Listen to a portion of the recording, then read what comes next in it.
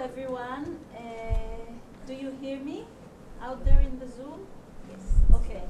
So, hello and welcome everyone here and in the virtual space. We are gathered here today to celebrate a new book by Natalie Davidson, American Transitional Justice, Writing Cold War History in Human Rights Litigation. This book came out in Cambridge University Press 2020. My name is Lior Bilski, and I'm here to welcome you on behalf of the Minerva Center for Human Rights that is sponsoring this evening. But this is not an ordinary book launch event for me, as the book we are celebrating has been written first as a dissertation that I had the honor to supervise together with my colleague who is here, Professor Avichai Dorfman. So I have seen the various stages of formulating and reformulating the ideas of this research, and have shared the excitement of many discoveries along the way. I am particularly glad that we are able to meet here in person, as the shadow of COVID has postponed our celebration of this brilliant book for too long. Today we have a wonderful panel of discussants who will share with us their thoughts about the book. Professor César Rodríguez-Garavito from NYU School of Law, Dr. Aaronson from the University of Haifa Faculty of Law, and advocate Michael Sfard here with us. Natalie will respond to their responses. But before everything, and I will introduce each speaker along the way. But before we begin the discussion, I wanted to introduce in a few words the book we are celebrating today, to let those of you who did not have a chance yet to buy and read it, to get a flavor of the book. So, between 1980 and 2013, federal courts in the United States heard damage lawsuits brought by foreigners against torturers and other perpetrators of the grossest violations of international law that happened outside of the United States. These lawsuits were brought under the Alien Tort Statute, or the ATS, a law that was enacted in 1789, which had been forgotten and was revived by right activists in the 1980s. This happened until the US Supreme Court in 2013 restricted its application. Now it requires a close link between the facts of the case and the United States, so maybe we are celebrating something of a gun period. Human rights scholars and activists see these lawsuits as a golden age of US engagement with international law, and as a model that should be followed by other countries. Natalie Davidson challenges this romantic perspective on ATS litigation.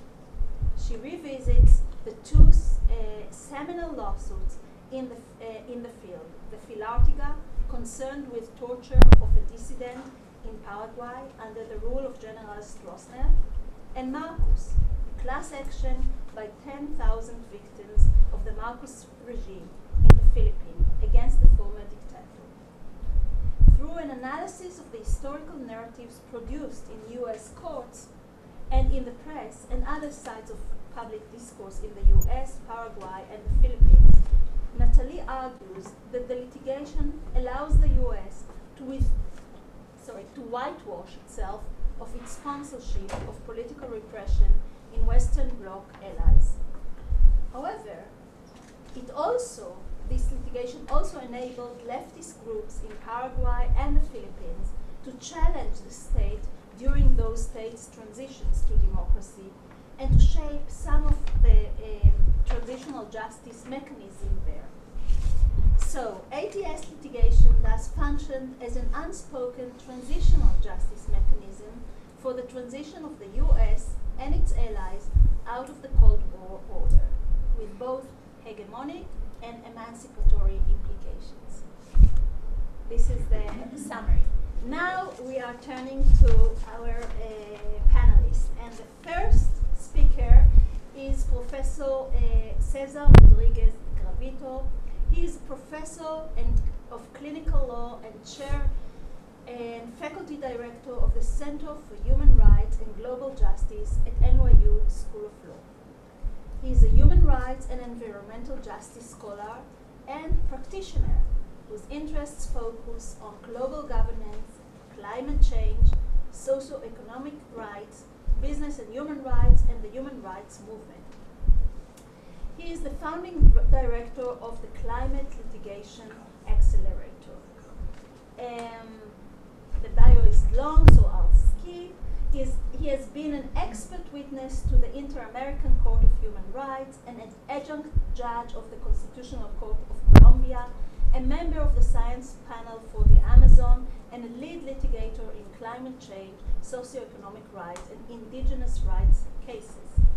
He is the author of numerous books and journal articles on law, globalization, and human rights and social movements. So let us welcome here Professor. How do you do it?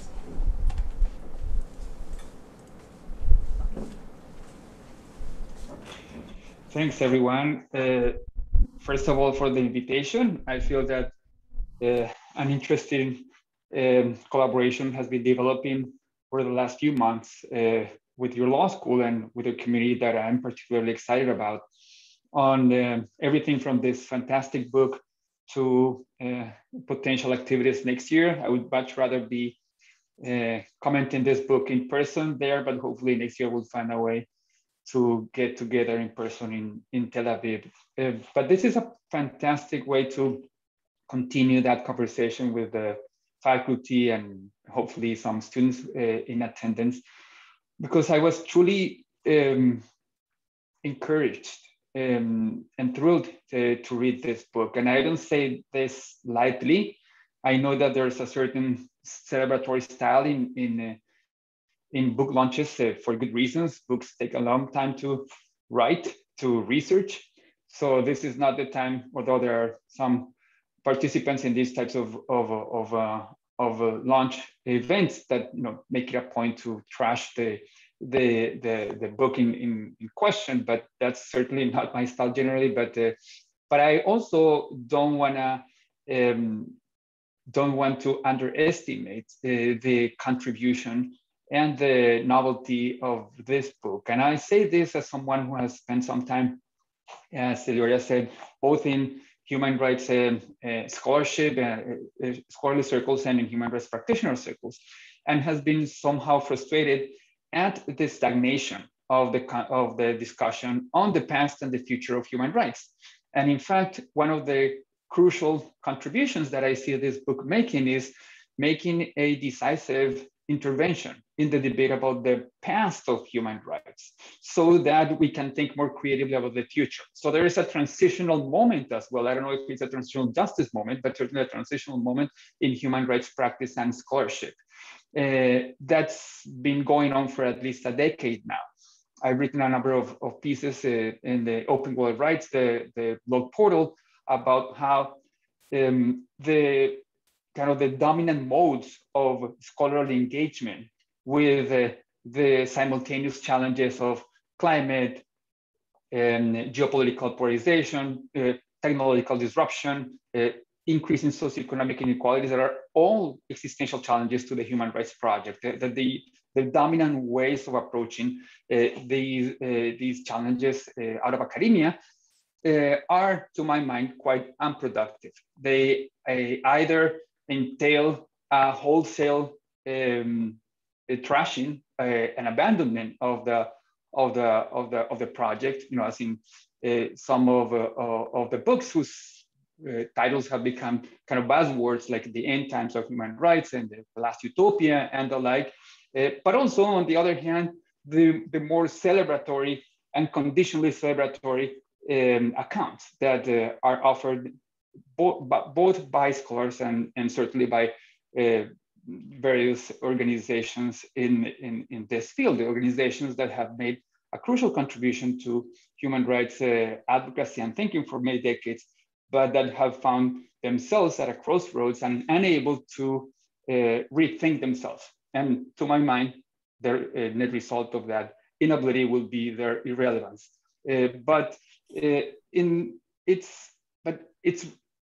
This is why it's immensely refreshing to find a book that's comfortable with the ambiguities. Of course, I'm going to press Natalie a little bit on where she lands on some of these questions, because ambiguity, of course, is a space that needs to be inhabited, with thoughtfulness, like the book does.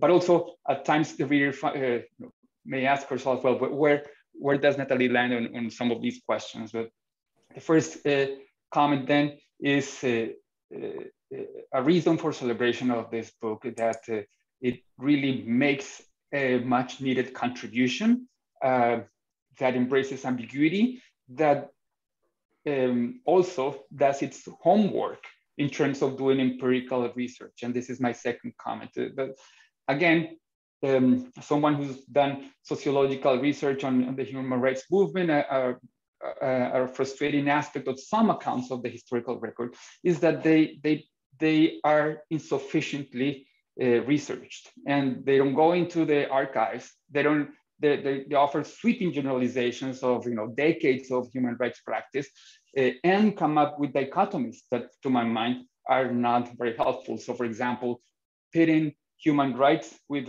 capital H and R as the wrong side of the project, like a northern dominated approach to human rights, versus human rights with a small HR, as Stephen Hopwood does, to my mind, overly simplifies the diversity and the richness of the human rights movement. And this is not, again, to celebrate everything that the human rights movement has done. Certainly, there's a lot that needs to change, and there's a lot that needs to be retooled. And in fact, but it is an argument that this book powerfully demonstrates, that the practice of human rights as a multi-decade socioeconomic legal project is highly diverse, internally diverse, and even contradictory. And this is what comes to light in the careful analysis that Natalie offers in the empirical chapters of the book, right? And I'll end my celebration of the book before moving to some questions for discussion with what I see as the two key contributions of the book. One methodological and one substantive. As Natalie discusses in a very illuminating chapter, both in the introductory chapter and the concluding chapter, and also throughout the empirical chapters, scholars from socio-legal studies, anthropology of law, empirical studies of law have usefully framed the operation of human rights as basically as what political scientists would call a two-level game. Because international law and the global human rights project is by definition a supranational phenomenon, but needs to be a phenomenon and a process that needs to be enforced and operationalized at the domestic level. There is a constant back and forth between the reality of human rights norms and practice on the ground, in this case in Paraguay or the Philippines, the two cases that are the object of examination in this book. And on the other hand, the processes and norm making that take place at the transnational level, at the UN, in US courts, before the regional courts like the Inter-American Court or the European Court of Human Rights.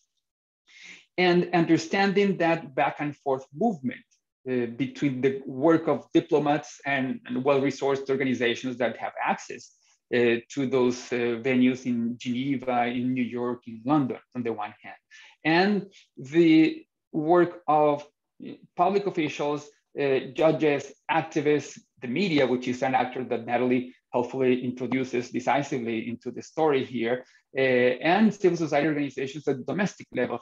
That has tripped up many scholars for two reasons. One is theoretical and the other one is empirical. On the theoretical side of things, most of the available accounts, including some of the best accounts, like Sally Mary's vernacularization framework, or Kekan Sikking's boomerang model, tend to focus on one side of this two-way, on one direction of this two-way process.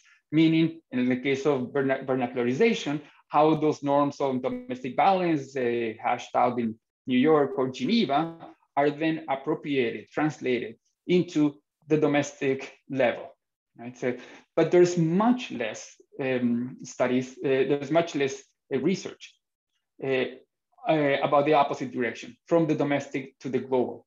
So how is it that the appropriation of those norms is not only a process of importation, of translation, but also of transformation, reshaping and re-signifying of the very norms that are being imported. So, and this is one of the contributions of the book from an empirical and theoretical point of view.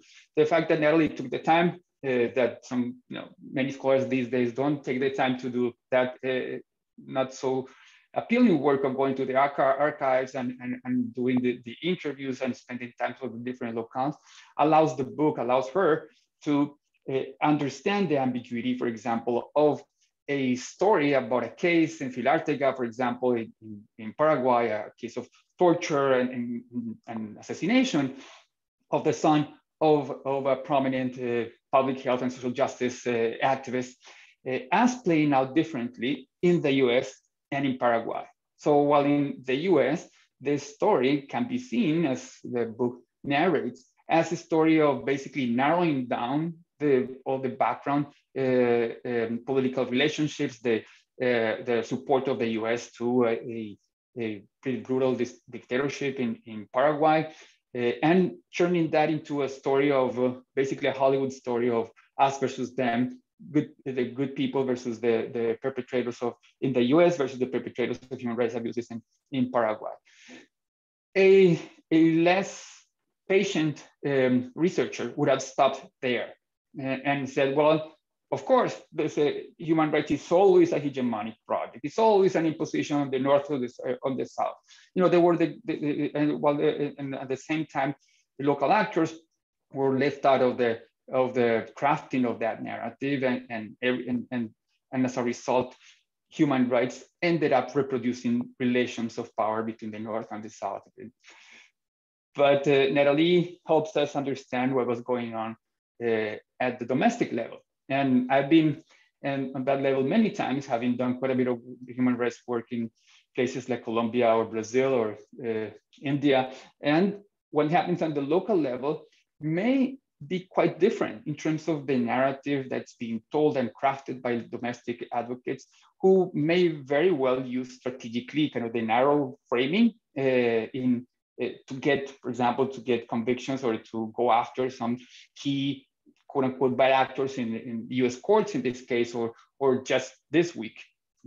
As you may have seen, or last week, the ICC opened a formal investigation on inquiry into the Venezuelan situation. So that the activists in Venezuela are very well aware of how that inquiry is narrowing down the story, the narrative, what's happening in Venezuela. But at the same time, going back to Natalie's book, they deployed in Paraguay and the Philippines much richer narratives that pushed back against the involvement of the US in supporting dictatorships in both locales. So that's the two-level game, the back and forth, the North-South, but also the South-North processes is something that becomes alive very powerfully in this book in ways that are quite rare these days in the literature. And this is a reason that we should all, I think, be thankful for to Natalie. at this time. And then I'll end with a few questions for Natalie and for discussion. But I'll also want to say something about a kind of a side contribution that may be lost on some of the readers that I think needs to be at least flagged. I don't have enough time to develop that idea, but there is a contribution here to the literature on transitional justice itself, not just the original idea that cosmopolitan countries, meaning the metropolitan countries, meaning those countries in which these trials are taking place, be the US, the cases that Natalie analyzes, or Spain in the case against Pinochet and many others, that they themselves are involved in a domestic process of transition away from the stories of the Cold War in the case of the US, transition away from some narratives on colonialism in the case of Spain, and that needs to be appreciated because it's a crucial contribution. Now, while helping push forward the scholarship and also the narrative on transitional justice, I think the book also points out some of the shortcomings and the costs of transitional justice strategies. And again, as someone who's spent some time on the practice of transitional justice in other contexts, recent contexts like Colombia or Venezuela, I'm well aware of those costs. And one cost is, I won't speak about the cost to the parties involved, but the cost, I want to flag the cost to the human rights field.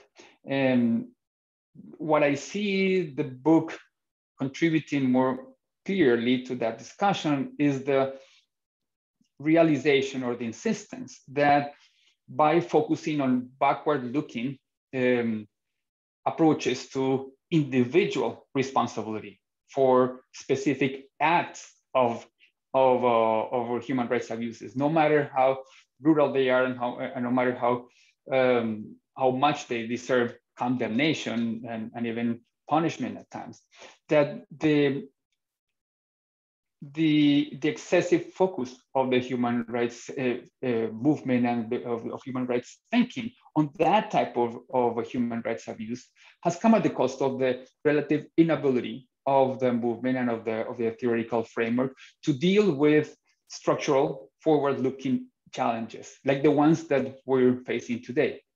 Some of you know that most of my current work is on climate change and human rights, and that I see a direct connection between the blind spots, the legacy of that kind of individualized backward-looking model in dealing with, for example, challenges like a highly decentralized, truly global collective action problem like climate change, in which pinning down perpetrators is hard, right? And in which the harms and the causes leading to human rights violations are truly global. And also in which probably the most urgent challenge is to figure out how to protect the rights of young people and future generations as opposed to deal with the rights of present generations or even past generations. So that I think is something that the book offers in a less explicit way that needs to be appreciated and put on the table. I'll just ask. I won't have time to elaborate on my questions, so I'll just formulate them in the hopes that what I said already will help Natalie and participants understand where these questions are going, and hopefully we'll have time to discuss some of them. So the first question for discussion that I have is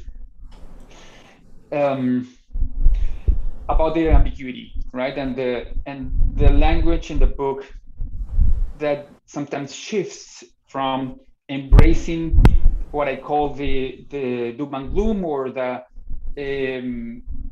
end times narrative as if the narrowing of the cases was something that the human rights activists did not see coming, or that they were not aware of. There were some sort of side effects of an otherwise well-intentioned strategy to bring these perpetrators to court and hold them accountable in the US.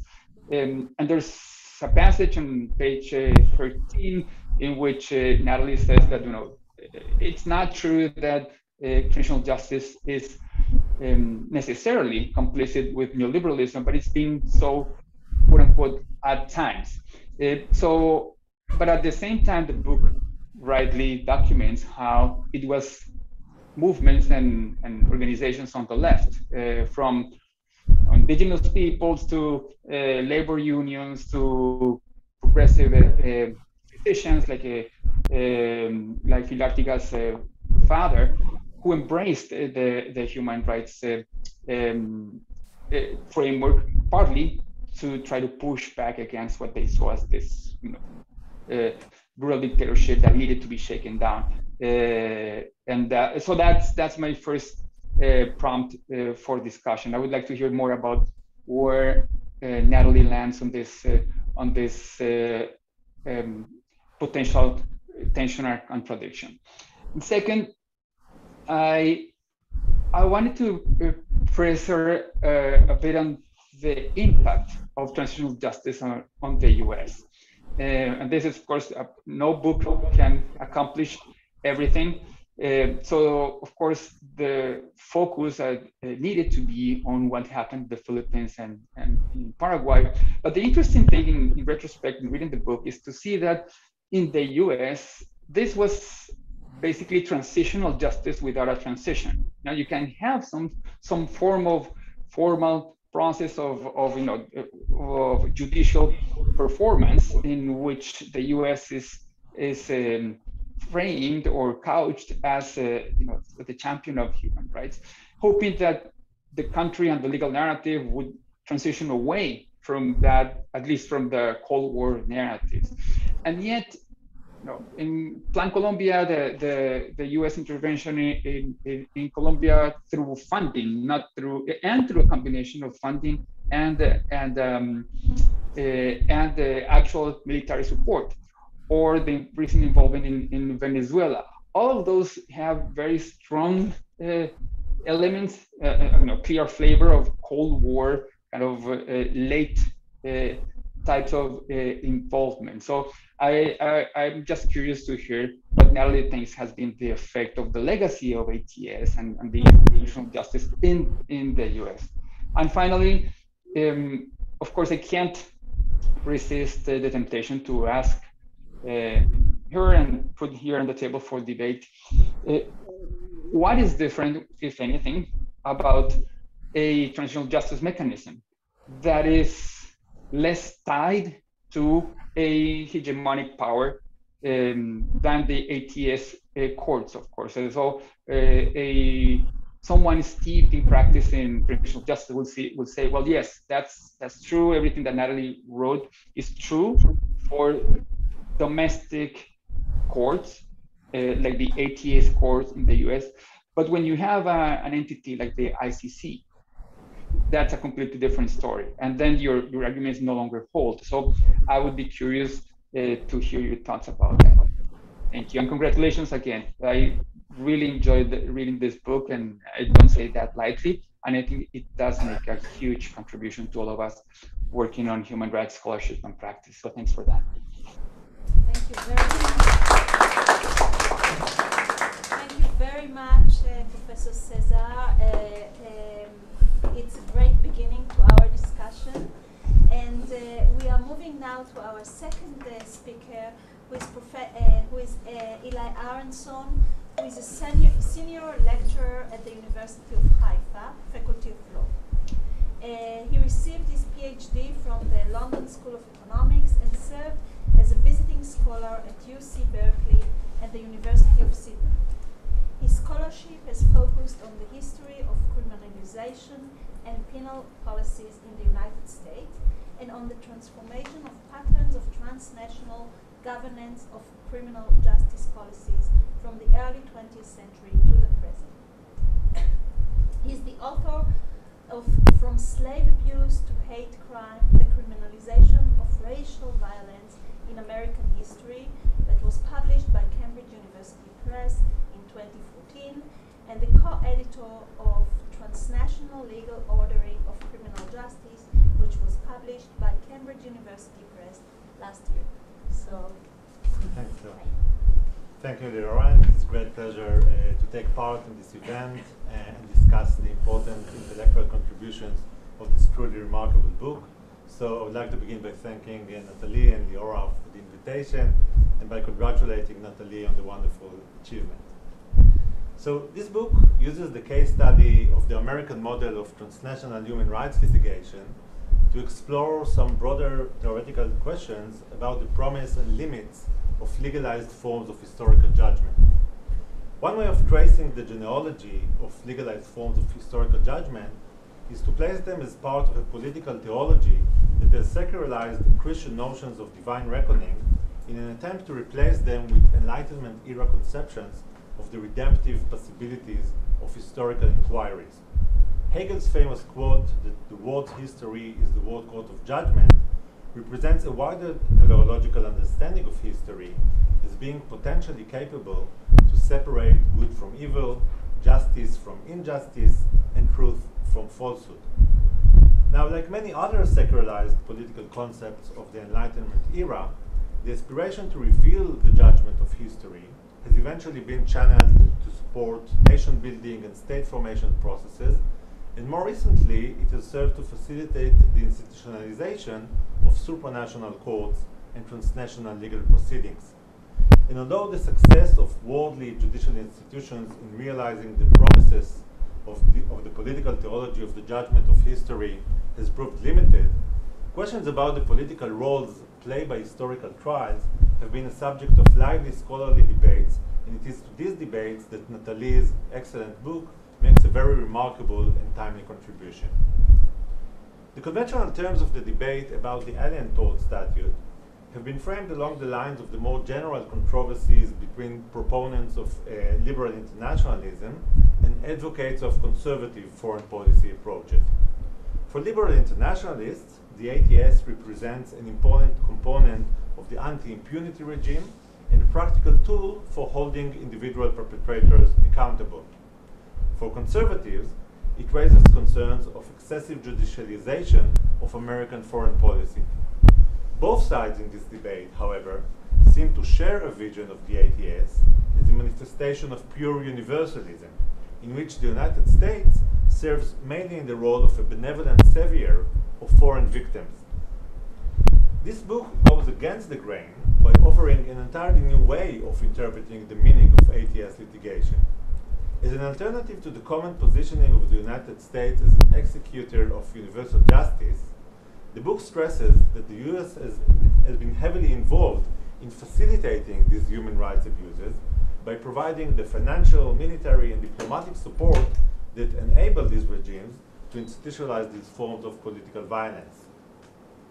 Building on this structural contextualization, the book interprets the Filártiga and Marcos cases as transitional justice trials, highlighting the role in accompanying the transition of the United States out of the Cold War international order. The trials provided an opportunity for a backward-looking reckoning with the human rights abuses that took place within the Western Bloc during the Cold War, while also enabling a forward-looking reflection on the need to redefine the relationship between the United States and some of its former allies. However, the consequences of this effort to use the trials as transitional justice mechanisms have proved to be contradictory and ambiguous. On the one hand, the trials produced a whitewashed historical narrative that circumvented difficult questions about the role played by the United States in enabling the systematic and routine use of state violence by its foreign allies. On the other hand, they provided political actors in Paraguay and the Philippines with legal mobilization tools that served to reframe domestic political discussions about state violence in ways that exposed the United States and local elites to heightened domestic criticism. So the argument in this book is highly complex and nuanced, and it builds on an exceptionally rigorous and impressive archival research conducted in several countries. And in the remainder of this comment, I would like to reflect on two major aspects of the historical analysis. The first aspect concerns the way in which the book construes and applies the concept of political transition. And the second aspect deals with the implications of the book for our understanding of the relationship between transitional justice and political communities in transnational settings. So the first question I would like to raise is whether the changes, and here maybe it's a follow-up to the question that was raised earlier by César, is whether the changes that took place in US foreign policy in the final decades of the 20th century represent a political transition of the type and scale that could have generated more meaningful processes of reckoning with the past than those described in this book. This question is highly complex, given the fact that historical development always blends elements of continuity and change, so that it is not uncommon for historians to highlight the extent to which supposedly definite historical rupture were much less radical than was previously assumed, and created new political orders that were fundamentally shackled to the past. With this in mind, I think that the broad understanding of the concept of political transition that is adopted in this book is valuable, of course, because it allows us to investigate how legal proceedings shape collective memory formation processes in transformative situations that do not amount to a formal regime change. But at the same time, this theoretical move has to address the challenge of convincing the reader that the scale of change was significant enough in order to produce the social and political conditions in which meaningful processes of reckoning with the past were likely to occur, and to address the concerns of those arguing that the dice were loaded from the start to produce this type of apologetic narrative that reflected the enduring allure of the ideological frameworks of the Cold War at the time of the trials. In this context, I would just mention that some commentators might contest the claim that the changes in US foreign policy in this period signified a radical break with the Cold War patterns of relying on political repression by foreign allies to promote the nation's geopolitical interests. For example, if we look at the changes that took place in the field of drug policy, we can clearly see how the post-Cold War moment led the US federal government to intensify the pressure on Latin American countries to adopt strategies of militarized policing and mass incarceration that were much more aggressive than those promoted during the anti-communist and counterinsurgency crusades of the Cold War period. And in this respect, I thought that the book really raises the question of how these acts of renouncing right-wing authoritarian allies were embedded within a wider paradigm shift, and conversely, what were the continuities with the Cold War period, and how such continuities produced pressures of legitimation that shaped the historical narratives of these trials. The second issue I would like to reflect on today relates to the insights of the book with regard to the relationship between transitional justice and political communities in transnational settings. Political theorists have long noted that the construction of political communities built on the consolidation of popular perceptions regarding the existence of political bonds between strangers, and at the theoretical level, such perceptions can be forged between victims and perpetrators that are located across national boundaries and see themselves as belonging to a transnational or even universal political community. Against this theoretical background, I think that the book insights about the ways in which transnational human rights litigation processes are so deeply embedded in domestic context help to assess the empirical grounding of normative theories that justify such processes by appeal to cosmopolitan visions of justice. To a considerable extent, the political discourses and legal mobilization practices that took shape in the United States, Paraguay, and the Philippines did not reflect a vision of shared past or a common political destiny with victims in other jurisdictions, as much as they served as vehicles for promoting domestic ideas and interests. And one of the questions that are being raised in this context is whether this fascinating empirical insight is unique to the context of the ATS, and reflect the fact that the relationship between the United States and its allies to the Western Bloc were originally based on instrumental dependency within imperial settings rather than on more horizontal forms of multilateral cooperation? Or is it a product of the more inherent limits and more general limits of project that seeks to promote forms of legal redress that transcend the confines of national polities? I guess that further light on this question can be shed by future studies that will build on and test the explanatory power of the theoretical insights of this book with respect to other cases of transnational human rights litigation, for example, the cases in Canada, the UK, and Australia that were mentioned in the final chapter. But it would be interesting, I think, to hear your observation, Natalie, on whether the local embeddedness of transnational litigation processes presents a problem. Of course, it also has advantages both from a normative and from practical perspective. To what extent this local embeddedness relates to the wider difficulties of universal justice projects in a world characterized by considerable controversies over human rights issues, and whether the increasing multipolarity of the international order presents opportunities for transitional justice projects that transcend the limits of the US model. So, by way of conclusion, once again, this is a theoretically sophisticated book building on exceptionally rigorous research and discussing a very important and ever-timely topic. And I'm sure that the insight of this book will enrich the scholarship on transitional justice for many years to come. So I will conclude again with warm congratulations to Natalie for this achievement. And thanks again for the opportunity to participate in this discussion.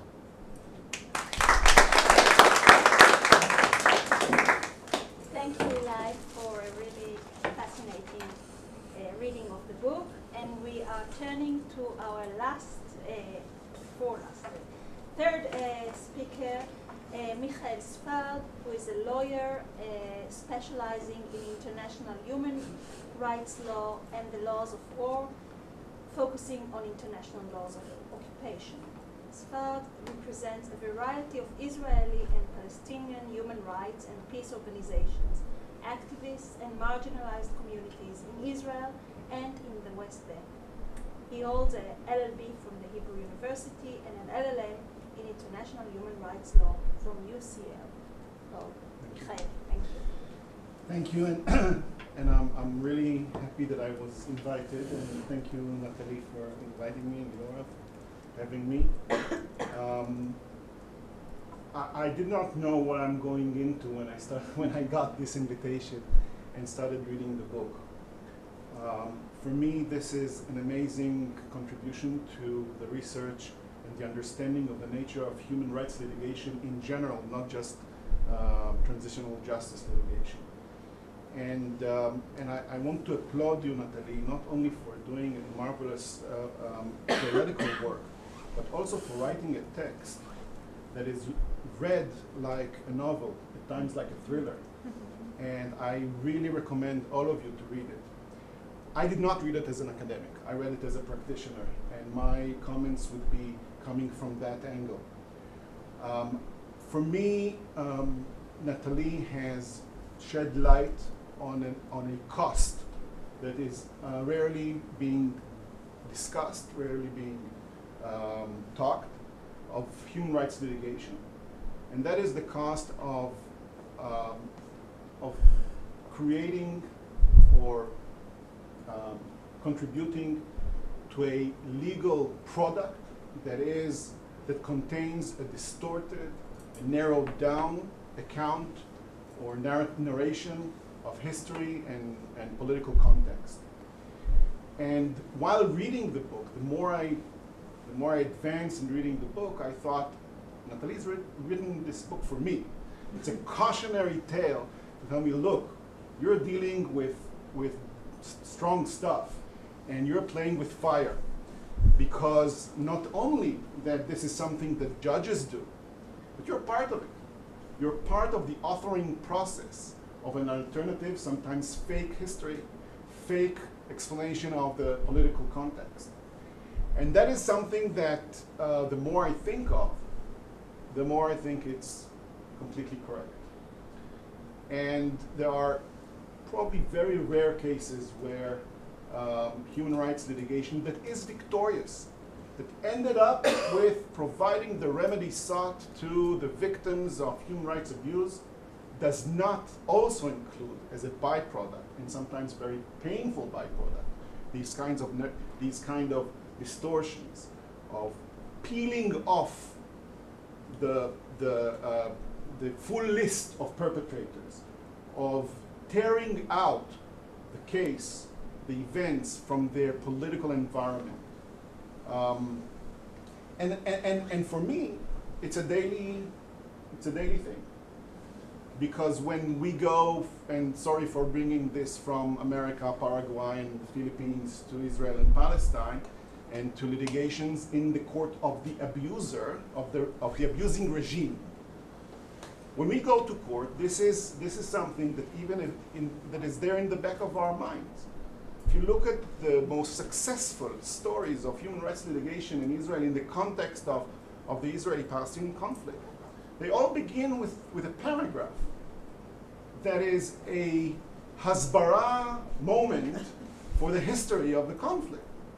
Whether it's the assigned residence case of a jury or the torture case, you know, the seminal success case litigation in Israeli human rights world, or a case that I've litigated for 6 years, challenging the policy of targeted killings, which began at the high days of the Second Intifada, and the ruling was delivered when the Intifada ended in 2000, in the end days of December of 2006.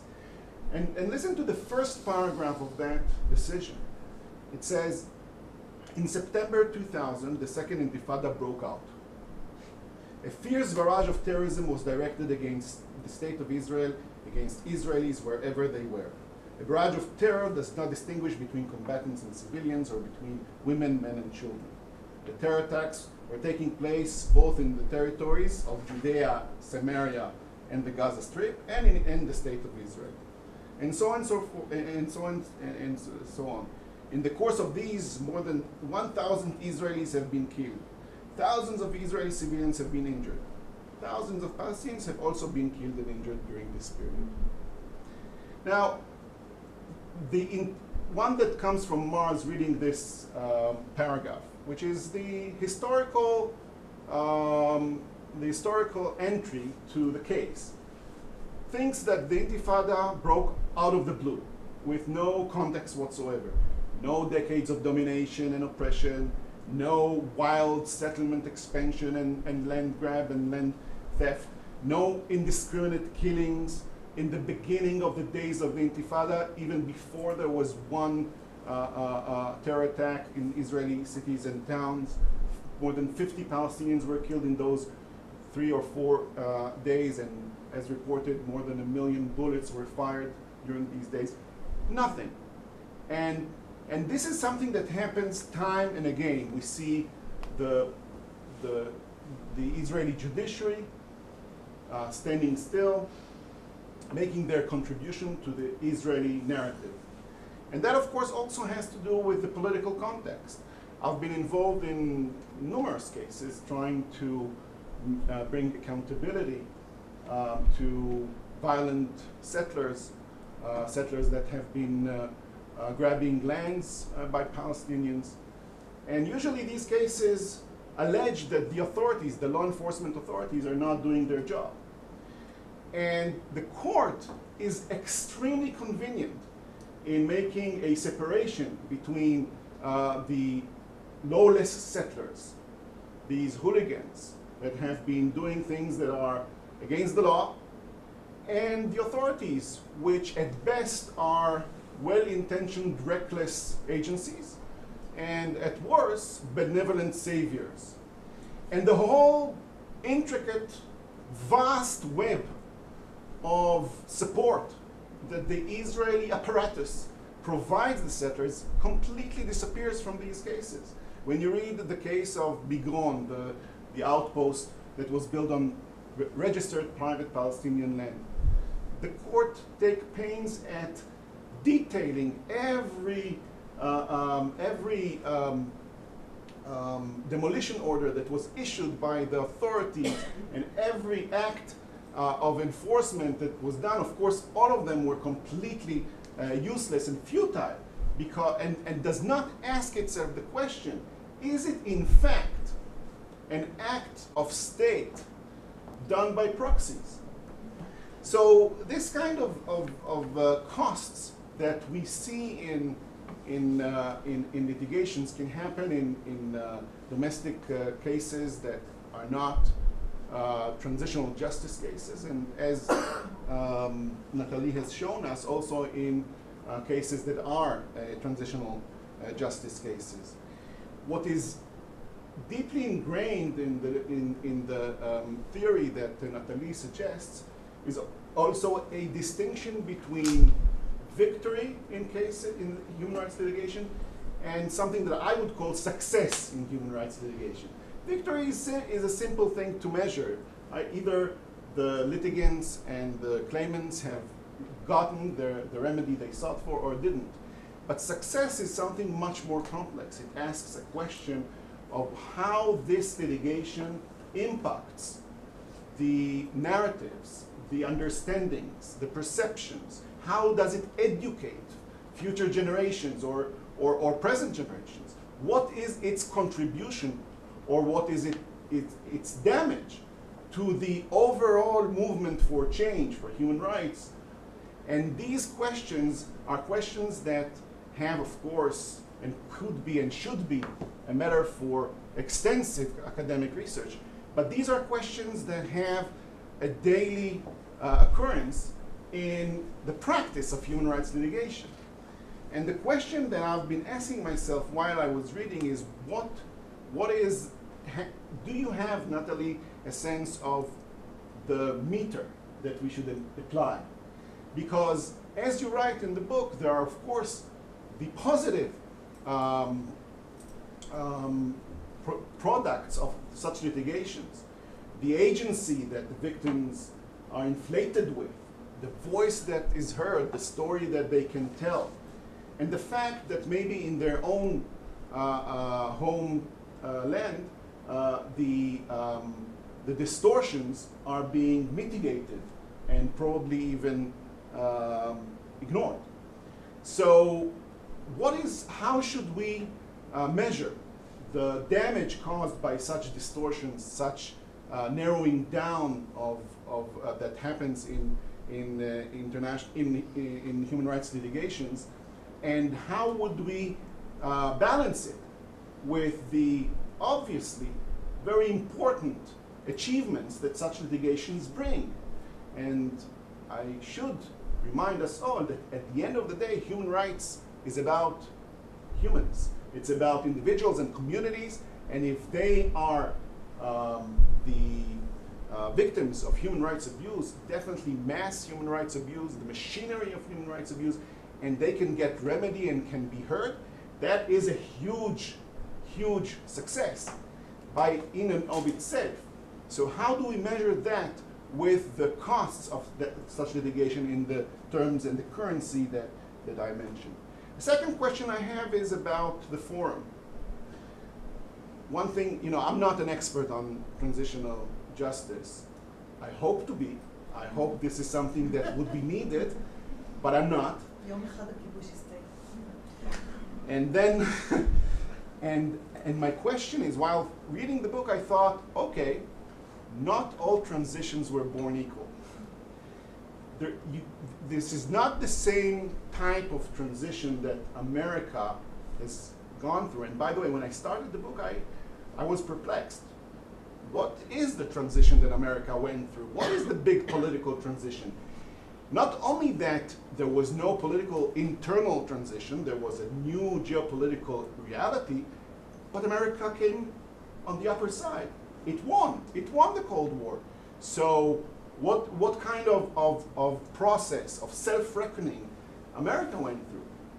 But even if we accept that, yes, because it operated now in a completely different world, it is to be seen as a power that went through a transition, of course, you can't equate that with the transitions, the regime changes that happened in the Philippines and in other places where transitional justice was applied.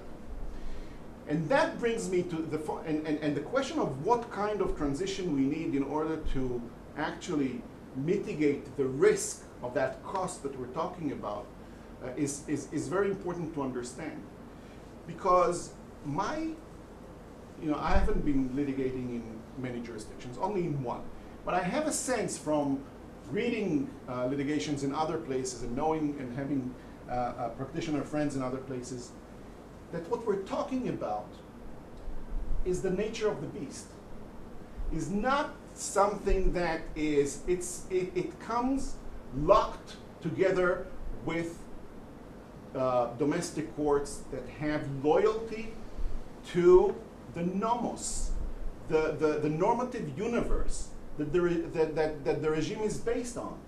And unless there is a complete break, change of that nomos, and probably even in the actual people who are manning and womaning the judiciary, we will not see the kind of transitional justice cases we saw in South Africa, for example, where judges have said things about the old guard, about how the old South Africa was conducting its affairs, that we, in my wildest dreams, I can't think of judges in America or in Israel saying about Israel 20 years ago, or about, definitely not about Israel yesterday.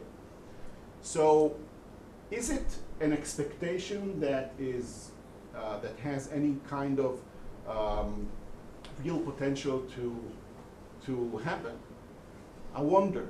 I think this is something that we have to accept. It comes with the territory of judiciaries. And the last question I have is, or at the end of the book, Natalie calls for a more interdisciplinary discussion of human rights litigation, transitional justice litigation, but I widening it to human rights litigation in general, and I'm all for it.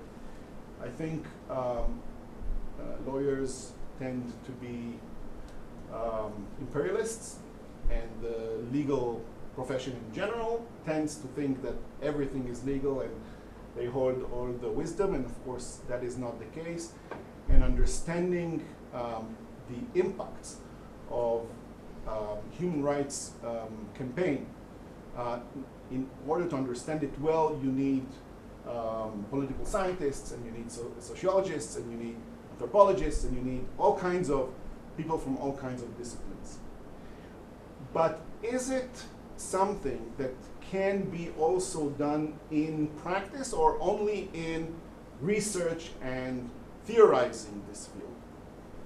Do you think that if, for example, or do you call for litigations to be conducted not only by lawyers, but teams that are interdisciplinary, that can understand better what are the risks, what can we expect from this litigation, what should we do in order to mitigate these litigations? Because usually it's lawyers and human rights activists who are leading these cases.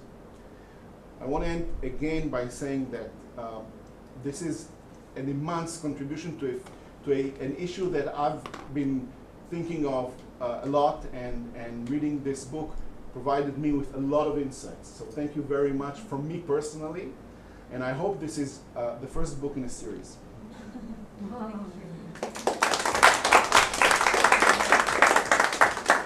Thank you very much, Michael. And now, for our guest of honor, Natalie Davidson. Let me introduce you in a few words. Natalie is an assistant professor at the law faculty here. She holds a joint LLB matrice from King College London and University of Paris 1, Sorbonne, LLM from the University of London, and a doctorate in law in Tel-Aviv University. She was a research fellow at the Rappaport Center for Human Rights and Justice at the University of Texas School of Law and a postdoctoral fellow at the Minerva Center for Human Rights in Hebrew University, Jerusalem. Prior to her doctoral studies, Natalie practiced corporate and banking law in Tel Aviv. Natalie's work combines legal, historical, and social scientific perspectives on international human rights law and constitutional law, as you just heard. And in her current research, she explores norm evolution in international human rights law, Israeli courts' uses of international human rights law, authoritarian legality, and new models of judicial review.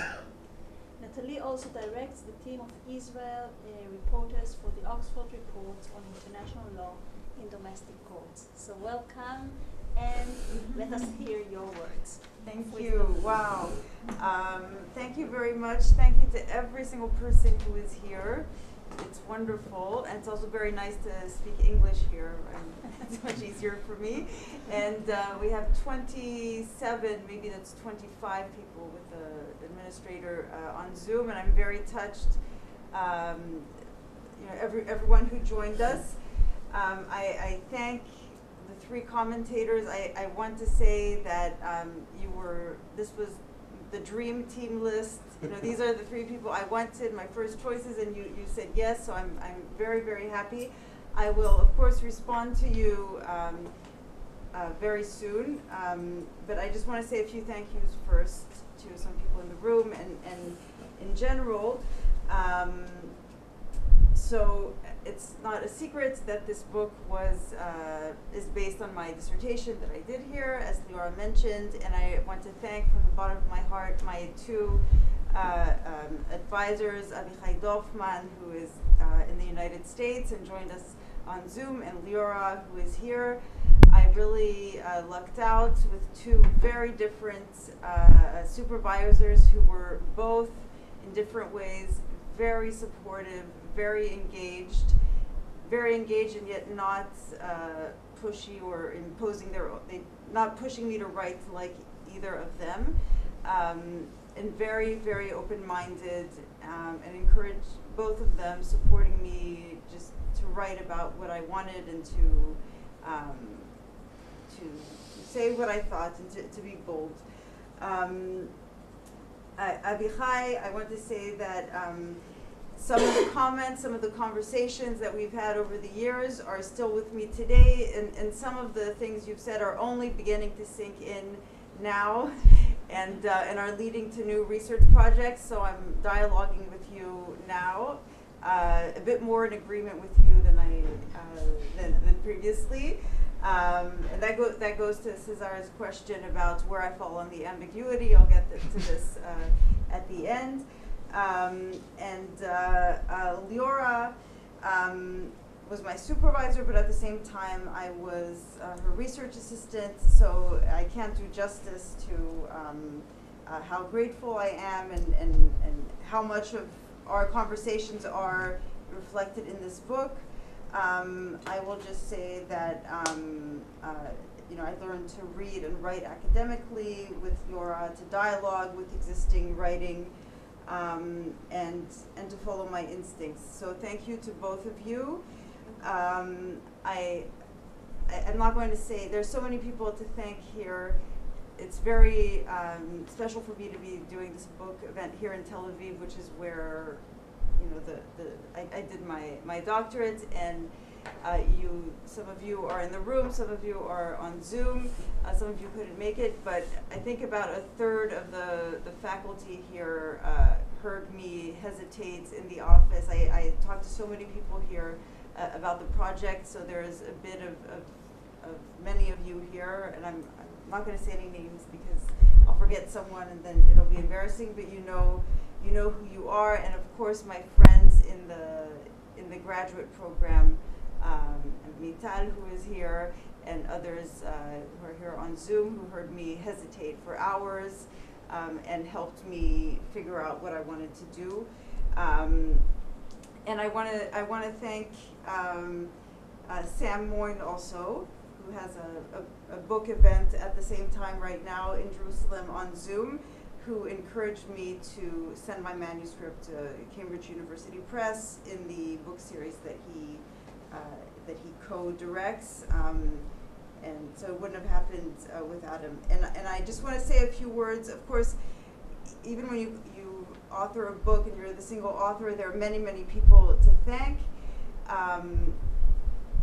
It's particularly true with a book that is based in large part on empirical research and interviews and observation. I was hosted by people in Paraguay and the Philippines. I was fed. I was driven around the country, taken to meetings, and people opened up to me, activists, lawyers, survivors, shared their stories and trusted me, some of them, not everyone, but after a while trusted me, and I'm very, very grateful for that, and without their testimonies and hospitality, this book would be completely different or non-existent, and of course my family, who is here, actually they're all on the left side, who have been wonderful and who, I could leave for extended period of time abroad to Asia, South America, the United States to research the archives, and it all went smoothly because of everyone here on that left side. So thank you very, very much. Now to the questions, and don't worry, I won't answer every single question. If I could answer every single question, I would have many world problems solved. But I do want to respond, of course, to some of the points, and I think I'll go backwards because I want to end on the question of ambiguity. So I think Michael, for me, all the points, your three questions are connected, and they're connected to the question of interdisciplinarity. You asked, what's the meter? How do we measure what to do as human rights lawyers? And is there a particular limitation of domestic courts? And how do we do things interdisciplinarily? So for me, it's all interdisciplinarity is one of the answers to this. Not that I don't have a formula, of course. There's no simple formula for measuring how one should strategize, how one should litigate, where one should litigate, whether one should do this at all throughout the law. There's no simple formula, but I think my call for interdisciplinarity at the end of the book is a call, first of all, for lawyers to take these non-legal developments, simply to take them into account, to not just measure in terms of the legal victory, but also what is the historical narrative, how will the media interpret this, how will other sites of public discourse. In some countries it's not necessarily the media, it could be social media or some other site of public opinion formation. How will that be interpreted and transmitted to the extent that you can begin to assess this? You can't predict anything for sure, but we have experience and there's research and there's writing about this that can be read. And it doesn't necessarily mean you need a sociologist or historian on the legal team. I think lawyers, there are many lawyers and there are many in this room and with us on Zoom who have this broader view of things. And so,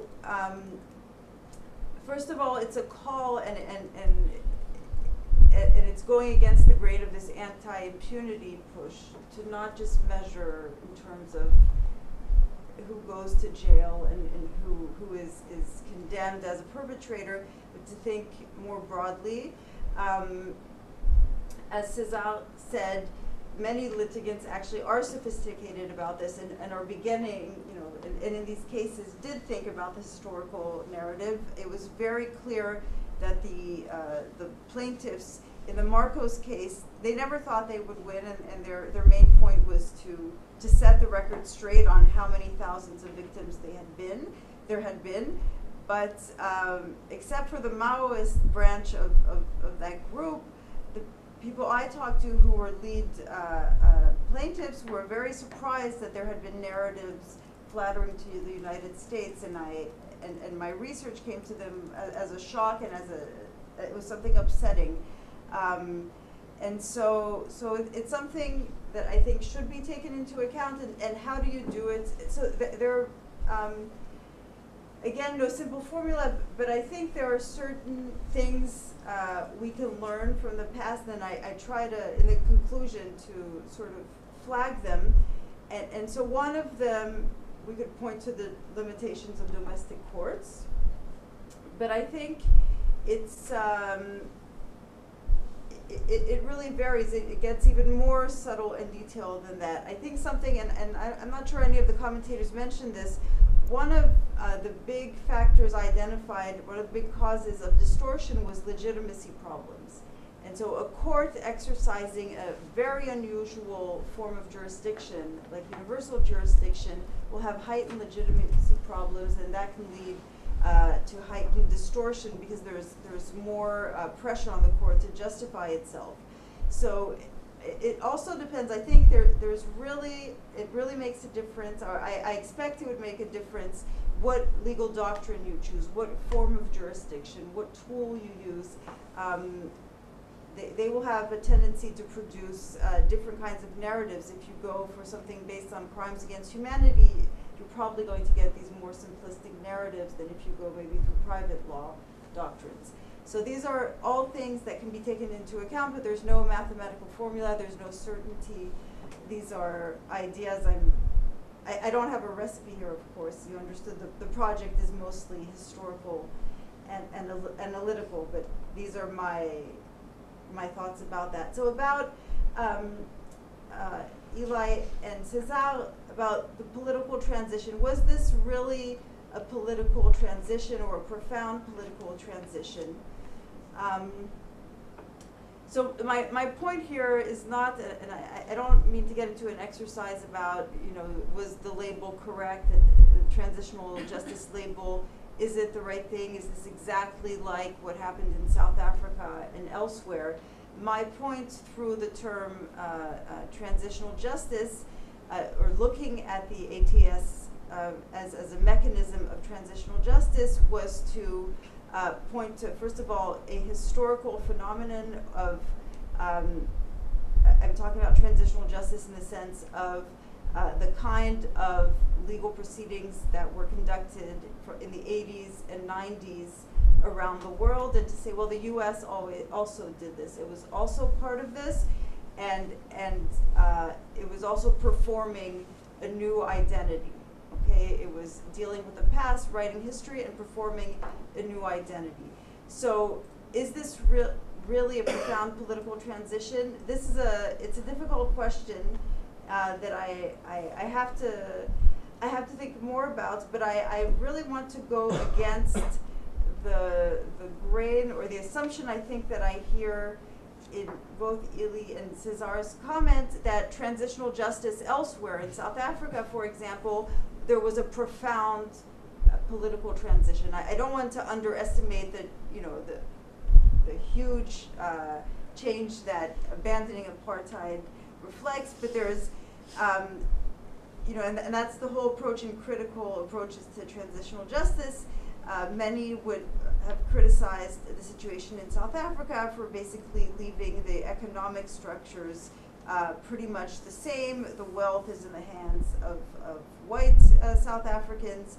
So, many of these transitions are reflective of very narrow, formal political changes, and so it's a spectrum of, how deep I don't know that you can say there's a real transition here. And so in the case of the United States, I would say there is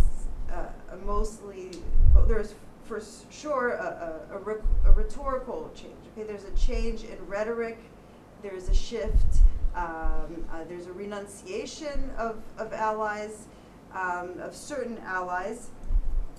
And of course we find, and you both mentioned, César and Ili, there are certain structures and institutions that are carried over to the post-Cold War area and that we find today in the war on terror in particular. We talked about the war on drugs, but I think you can see this in the war on terror and the whole industrial military complex in the United States, which needs an outlet, and many of these same structures are carried over. But I think that's consonant with my story of this kind of lawsuit whitewashing. There was no reckoning, and hence the same sort of behavior repeats itself. I mean, it shouldn't surprise us that the same structures of U.S. involvement in the world are repeated or aren't suddenly changed, precisely because this was more at the level of rhetoric or narrative. But this is a deep historical question. I just wanted to go against this notion that the political transitions elsewhere were more real than this shift of the United States out of supporting right-wing authoritarian regimes in the Western Bloc. Very briefly, Eli, about your second question, which is very huge. I only want to answer part of it. I think I also want to correct, perhaps this is a misimpression due to my writing. I was going so against the narrative of the ATS as a universalist, cosmopolitan mechanism that I emphasize the local embeddedness, of course, but and what it meant for each political community and taking the United States as one of the relevant political communities. But there is also in this process and in the litigation, there is a universalist cosmopolitan discourse, and I didn't expand on it, but in the Marcos litigation, there's a discussion of the victims in terms that are very, very human, that the jury could relate to. We're all part of the same, the same search for a good life, and these dictatorships stop it. So that's only a tiny part of your question, but I just want to correct a misimpression that I created by insisting on the local community. But there is next to this a universal aspect. And finally, about the ambiguity. Okay, so where do I fall? I guess, César, this question is sort of where do I fall on, do we have to find a language other than human rights, or can we go on with human rights litigation, even though it's not the best language to deal with structure and structural problems. And here my answer is dual. And I'm sorry I can't say anything very straightforward.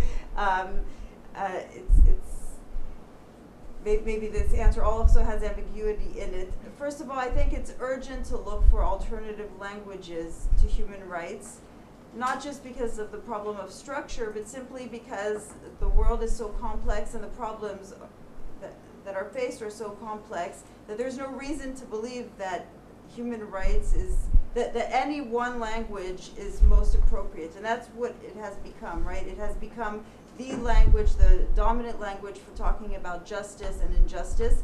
And regardless of the flaws or advantages or characteristics of the human rights language, there's no reason to just stick with that. And so Leora and I are writing about alternative languages, very different to human rights. But I want to say that I have, I am maybe backtracking a bit on the question of structure, whether we should have made, I guess I've become perhaps less critical of human rights as a language on the structural issue. And I think I think that the critique of human rights has been to a large extent, or to some extent, mainstream. And I think especially in the past 10 years, many mainstream human rights lawyers and practitioners like Philip Alston, for example, are writing and talking about the need to deal with structural problems and more of the economic problems through human rights. And so that has been mainstreamed to a certain extent. Maybe it won't be successful, maybe it's not possible, but at the same time, it raises new worries for me. What if human rights lawyers really did adopt this structural perspective? The worry for me is that you have international law dealing more and more with the deep problems, and therefore international law getting its hands more and more, I'm looking here because this is where I see the picture of César, but getting its hands more and more involved in family life, for example. So we have, I researched, my subsequent project was on the prohibition of torture and how it was expanded in international human rights law to include domestic violence, the ordinary, the more structural, banal forms of violence. And so now we have international law and the institutions giving tools to the state to deal with what happens in the family. We have, the more issues you enter into human rights, the more power you're giving to the state to get involved in it. So I wonder if isn't there a dilemma this time for the critics, right? You want more structure, you want to deal with deep problems. That means you're letting the lawyers and the state, you're giving them tools to get in deeper and get involved, and maybe there is something to a more limited legal language. So I hope I didn't tire everyone. That's what I can answer for now. I have a lot of food for thought. Thank you very, very much to everybody.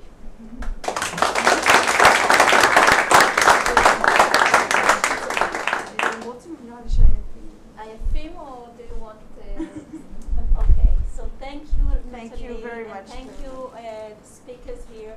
It was, I want to say that it was a pleasure to work with you, and as much as I taught you, I learned from you, and in many of our projects. So thank you, Natalie. Thank you.